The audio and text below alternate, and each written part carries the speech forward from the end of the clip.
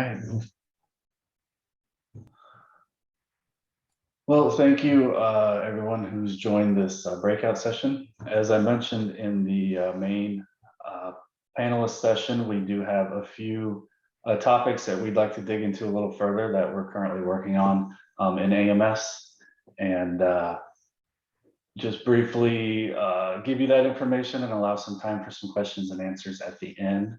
So first off, I would like to introduce Katie Loof with Specialty Crops Market News. She's going to give us an overview of the organic data initiative that we're currently working on at AMS. Thank you, Jason. Hi, my name is Katie Loft. I'm an ag economist with the Specialty Crops program, and I've been brought on to help out with the organic data initiative. So next slide, please, Jason. Thank you. So the Organic Data Initiative was first mandated in the Farm Bill of 2008. And in it specifically directs the secretary to collect and report data on production and marketing of organic agricultural products.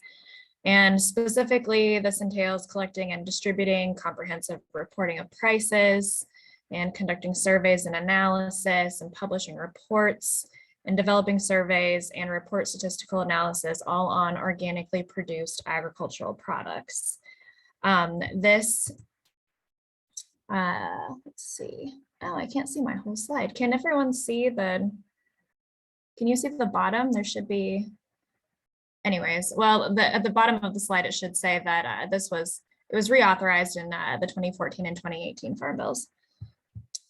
Next slide, please. So AMS Market News has been given the task of implementing the Organic Data Initiative.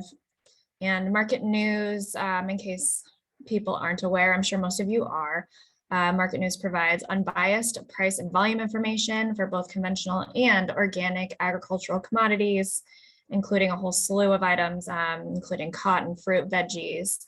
Hemp is a newer one. Poultry, livestock, eggs, tobacco, grain, hay, and more. Market News reports on nearly 200 organic commodities in more than 1,000 markets nationwide. And as I heard referenced in the general session earlier, we have a lot of this information on the My Market News website, and I've put the website up there for you to visit at your leisure. So next slide, please. Market News publishes 12 specialized organic reports. I have a whole list up here. One of them is daily. We have several that are weekly. We have one that's every 10 days, and then a couple that are every other week, and then a couple that are every other month. So we already do publish a fair amount of organic data. And so this Organic Data Initiative is kind of just to fill in any gaps that we have in the data that we provide. Okay, next slide, please.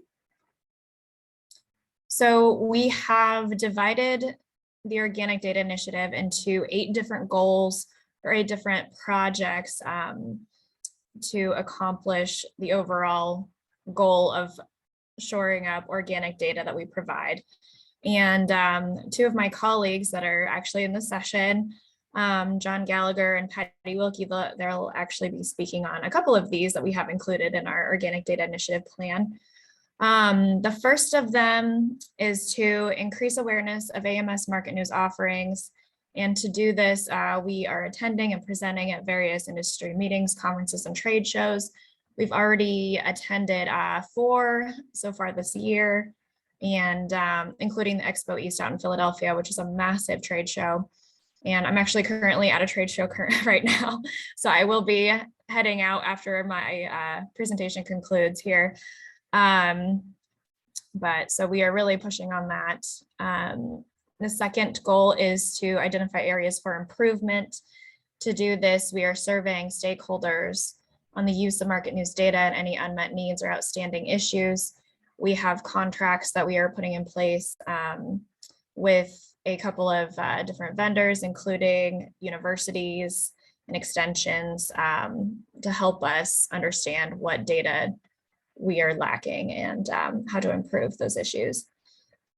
And the third one is to expand data offerings to include farmers markets. We have started a pilot program through the University of Pennsylvania. They are going to go out to the different farmers markets in the state and collect data at the farmers markets for all of the different commodities that are there, including organic and conventional prices. And we're hoping to expand this pilot to other states and hopefully some tribes. We're still in the process of identifying those states and especially those tribes that we will work with. And then the fourth is to enhance data visualization. And we are upgrading the software platform. I'm sure you are all aware of that part too. Jason, next slide, please. And our fifth goal, improve the mobile app and develop the version to include organic filtering capability. This is an item that I believe my colleague John Gallagher will be speaking on later. Number 6, increase availability of organic dairy data. We are hoping to enhance organics in the federal milk marketing order statistics system. Our 7th is to improve organic trade information. This is an item that my colleague Patty Wilkie will be speaking on later. We are collaborating with Customs and Border Protection to create and modify HTS codes as they relate to organic commodities. And then number 8, educate stakeholders on the uses for market news data. To do this, we are working on producing webinars and videos and USDA radio segments. And also we have, this is a newer development, we have reached out to Farm Services Agency, and through them, we are hoping to partner with some of the universities that they work with to develop like a farm financial management course as it relates to organics to complement existing ones for conventional. And next slide, I think that concludes my portion. So pass it off to Patty and enjoy the rest of the session. Thank you.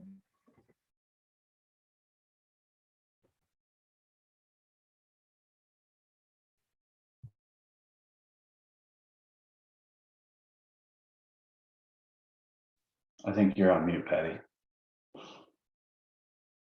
Sorry about that. Thank you, Katie. I work with Specialty Crops Market News, and I'm going to touch briefly on, we changed our data source for our imports, and that brought about how we went about creating the process of creating more HTS codes for our uses. Next slide, please, Jason. So prior to 2020, our import data source was the APHIS PPQ AQUAS 2020 database. I'll refer to that as Cognos from here on out. And the commodities here were entered based on disposition codes, which meant as the commodities entered the country, the produce entered the country, it was either inspected and released by APHIS. It could have been fumigated. It may have been destroyed because of an action pest, or it could have been part of a trade agreement, so it was coded that way. So it was entered into this database, Cognos, based off of those disposition codes. And for years, the Florida tomato industry voiced concerns that the Canadian imports crossing the northern border were incomplete. And based off of the information we had at the time, Market News just didn't quite understand their concerns. But we went, after a trip to the Buffalo, New York Peace Bridge border crossing in the fall of 2018, I discovered a program called the North American Inspection Program Canadian Origin or NAPCO that was in place. Next slide, Jason, please. And NAPCO consisted of approximately 33 Canadian commodities, which, depending on the time of the year, only 1, 2, or 5% of that commodity was required to be inspected upon entrance into the US.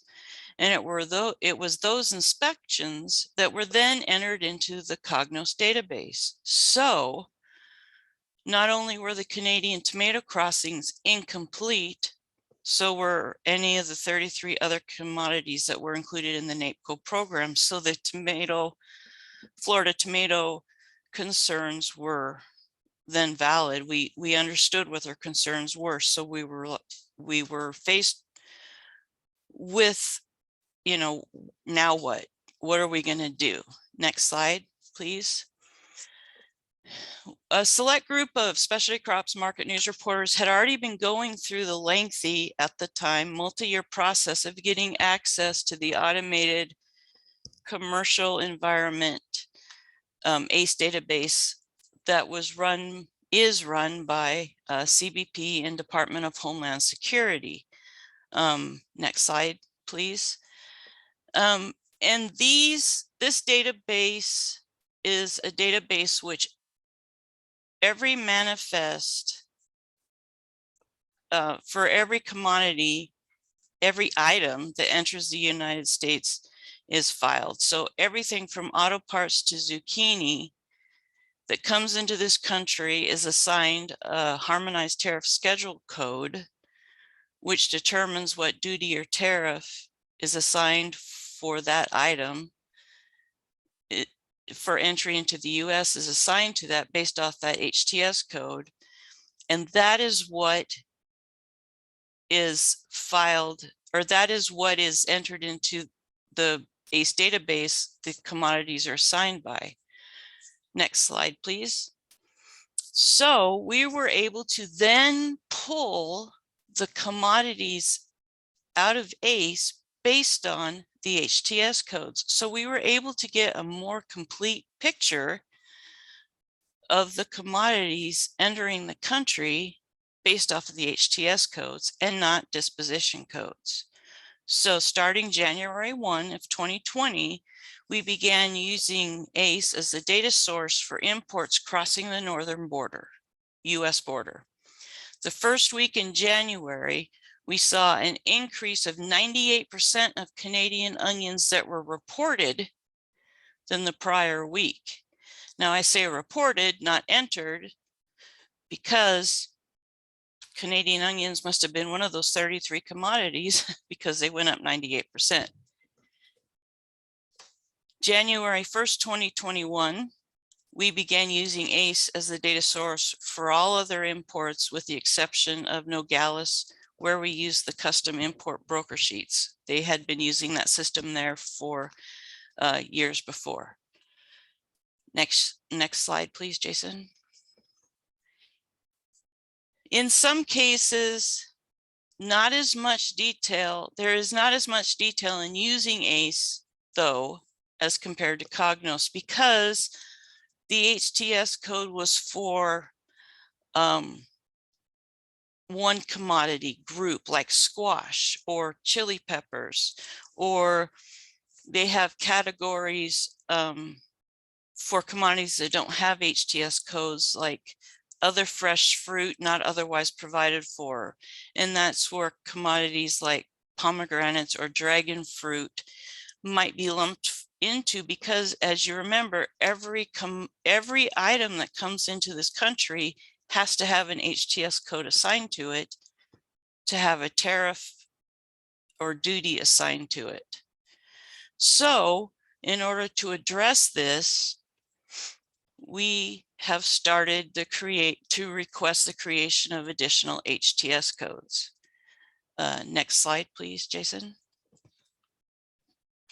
So in order to request new HTS codes, there are certain requirements. You must have at least 3 importers with no disclosure issues. It must have 1 million million annual in trade. And if Canada is a major exporter, they must either have a corresponding export code or agree to the creation of an HTS code. Next slide, please. And one of the biggest impediments to the HTS code requests are the return of the census trade surveys, which is what determines whether the required level of trade has been met and or if there were disclosure issues. Next, please. So we were able to find a way, and I'll just blow through the rest of these slides because I don't want to run long into the rest of the, into John's time slot. So we would run into low trade or no trade into some of the results, but pulling information out of the government client manifest capability using ACE as a tool. If you want to just go ahead and click through these, Jason, and we can answer them in the questions later if people want to know more in the process. Go ahead and click through. We were able to find supporting documentation using ACE as a tool in order to help census get the information they need to approve the request for the HTS codes. Go ahead and click through, Jason. Go ahead. Some of the supporting documentations were staggering. $11 million for rambutan, which is a tropical fruit. I had no idea. So this was the important one. Since July of 2001, we have created 101 new HTS codes, 26 of which have been organic. In October of this year, with the new system, we have been able to approve the stat lines for 30 new commodities, which will result in the creation of more than 31 new HTS codes, of which 8 more will be organic. So this new system that we've been able to use the government client, or I mean the government manifest client capabilities of helping census has been a game changer to help push some of these codes through.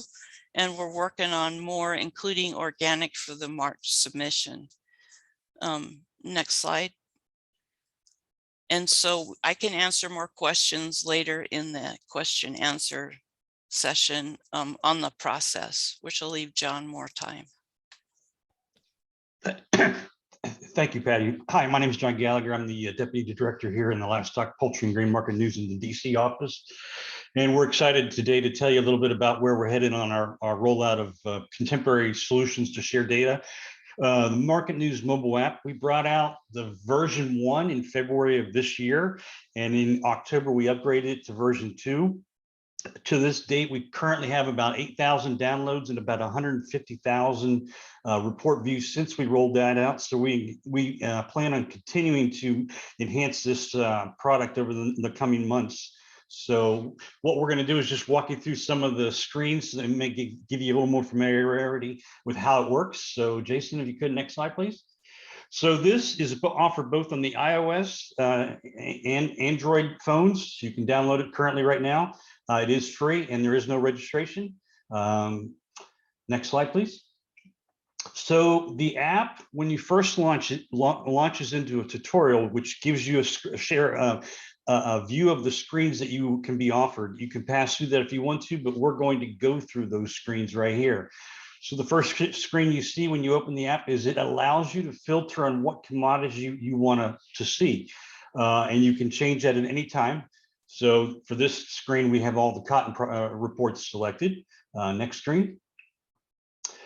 The main screen after you exit that would be this one. And this is based on where you are in the world. So if you give the app permission, it can tell where you are, and then you can have a range selector. So there's an icon to the right of zip code, and that is a mileage radius circle. So you can close or open that up to see more or less reports around you.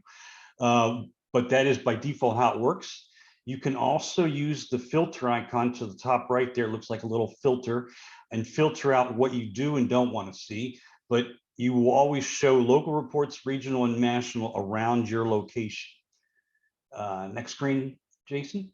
So this, as we work our way through the very top of the app, you'll see it states is highlighted. So you can select states and then drill down on that state's offering of reports that we offer. And this again shows all reports unless you have the filtering capability enabled during the initial setup of the app. Next slide, please. So working our way across the top of the app, now we're drilling down on commodities. You can just drill down on, say, feeder pig, slaughter cow, whatever, and that would be non-state specific. It would be based on slug. So filter, continue. Next slide, Jason. The all reports, this gives you everything, and it is sorted by commodity. You can click the plus button and it'll expand all the reports under a particular market type. Next slide, please. So regardless of how you get to your report, the way in which this report is shown is going to, the features shown on this screen are offered for all reports. So those three dots to the top right of the screen, it says share reports, subscribe, save as favorites for email. So the share report, and let me see the next screen there, Jason. No, back up, please. So the share allows you just to share a report like you would share anything through text, through email. It would send a link to the report. Subscribe allows you to subscribe to this report so that when it is released to the market, the instant it comes out, you'll get a banner notification on your phone. Save to favorites. Again, these are just like bookmarks in a browser. You can add and delete these as you want. And then finally, if you want to get the data behind the report, meaning the CSV files for this report, you can email report, type in your address one time, and it'll email you a zip file of the aggregated data behind the report. So before we go to the next slide, you'll notice there's a little calendar to the top right of the three buttons. If you click that, next slide, please, Jason, you will be presented with a calendar that you can choose to get a report other than the current day report. So we take the thought out of it and only show you the years, the months, and the date of that report hitting the market. So for this example, we're hitting 2015, August 14th, and that will give you that report for that day. Next slide. So under both the favorites and on the subscriptions on the bottom of the app, you can select favorites and filter what you do and don't want to see. So a lot of us have bookmarks and it's crazy out of control. This allows you to kind of filter down on one specific area if you want to, or you could just show all reports. But we give you that because it's kind of nice to kind of keep things managed. Next slide. The same goes for subscriptions. So we're not going to go into that screenshot, but this is the settings icon. So the bottom right, you'll see a little gear right there. You can go in there and you can turn off notifications. You can learn about market news, updates and notices, the privacy policy, contact us, and that's an email to the Mars inbox.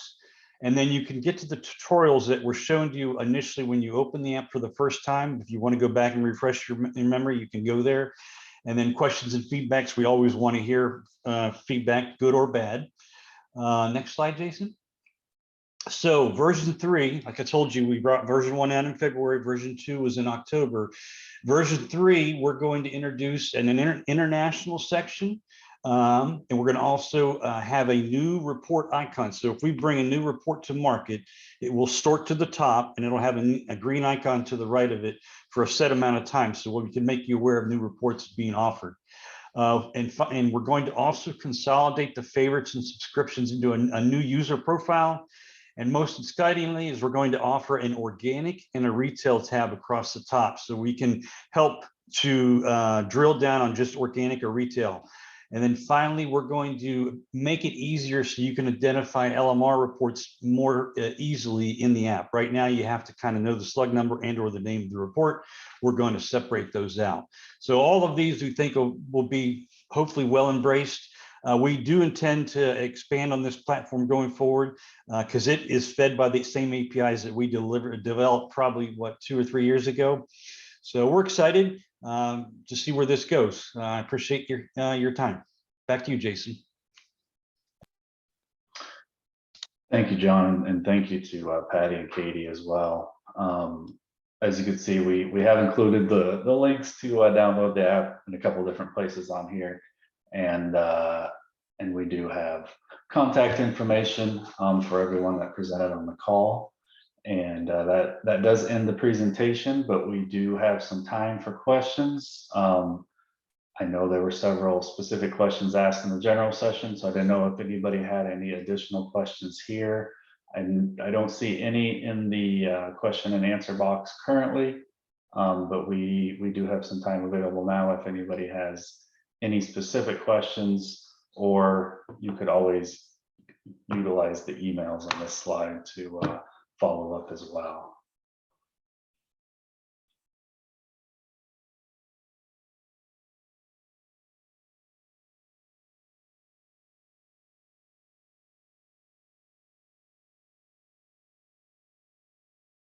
So we're not seeing anything in there. We can hang out here for a minute or two, but unless we see some questions come through, the question and answer box will probably end this here in a few minutes. So let us know.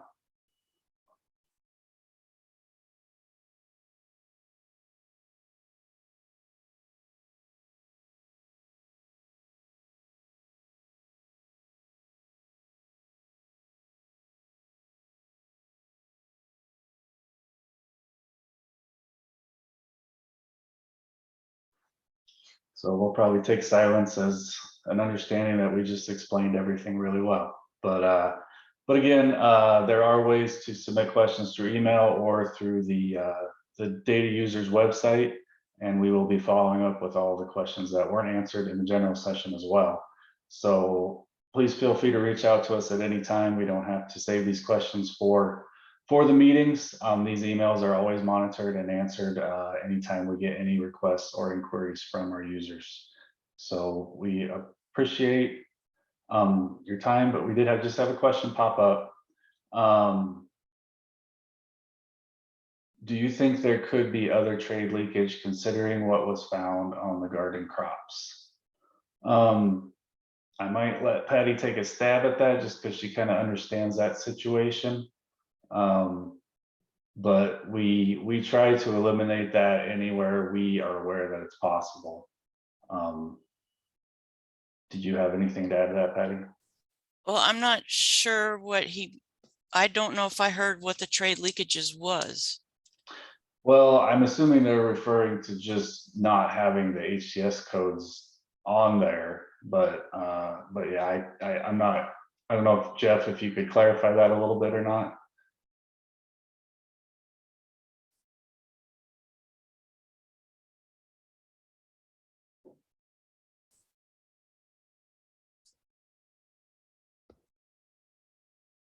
And we could always reach out to you afterwards, Jeff, as well, to get a clarification.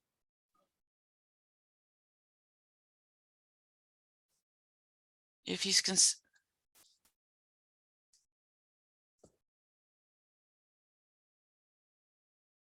HTS code's not capturing.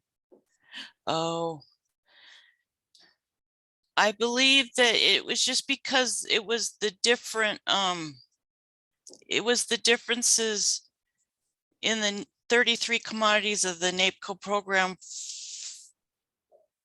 for the Cognos disposition codes. So we are now capturing everything with ACE and the HTS codes.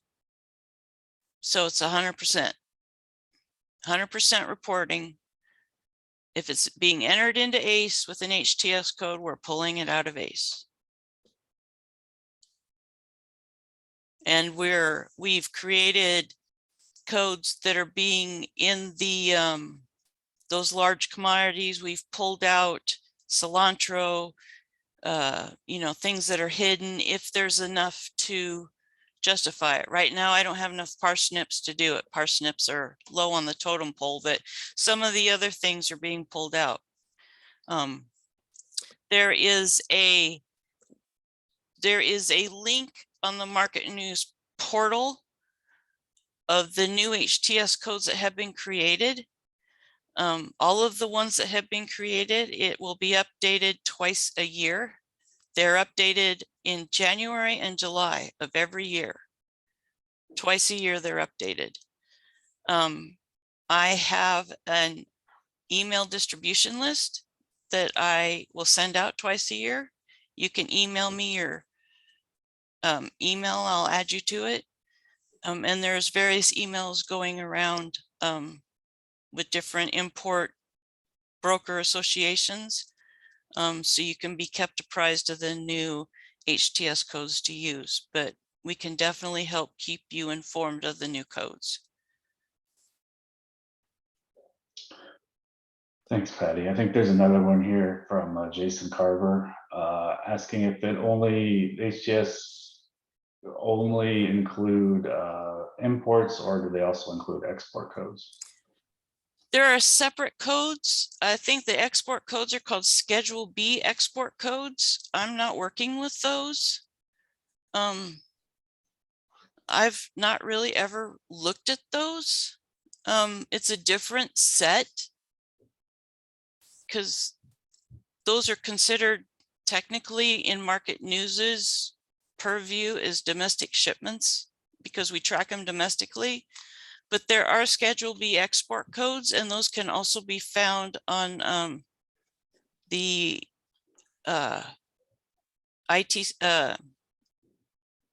shoot, my brain just shut off. International Trade Commission's website.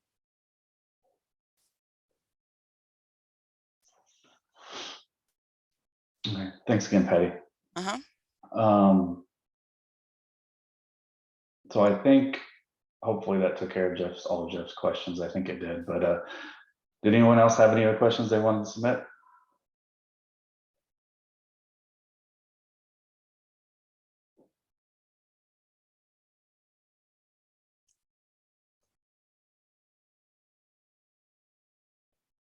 Okay. I think Jeff was saying the HTS code's not capturing. They weren't not capturing the HTS code, HTS codes. It was just the produce they were inspecting for APHIS.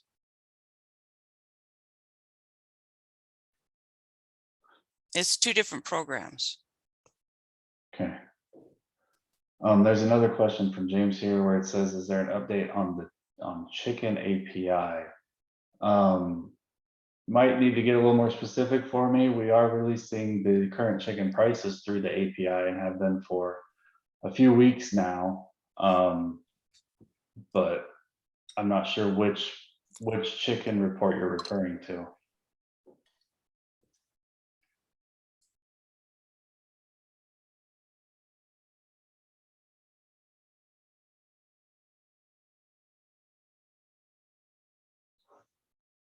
That report is already currently available through the API. If you're having issues getting that one, you can reach out to us and let us know. But you should already be able to pull that down.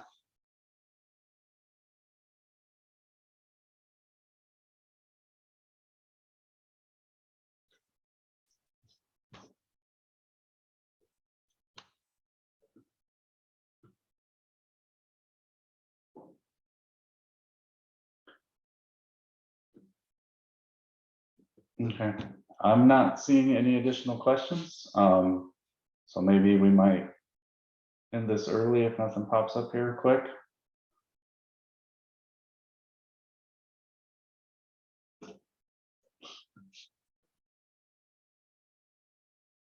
All right, well, I appreciate everyone who's joined us. Again, questions can be submitted through email or through that general email that we have shown on the screen, and we will be following up with any questions we receive back from NASS. Thank you again to our presenters and also to NASS for hosting us today, and we appreciate everyone who joined. So I think we'll go ahead and end this a little early and let everyone have a little time back in their day. So thank you very much.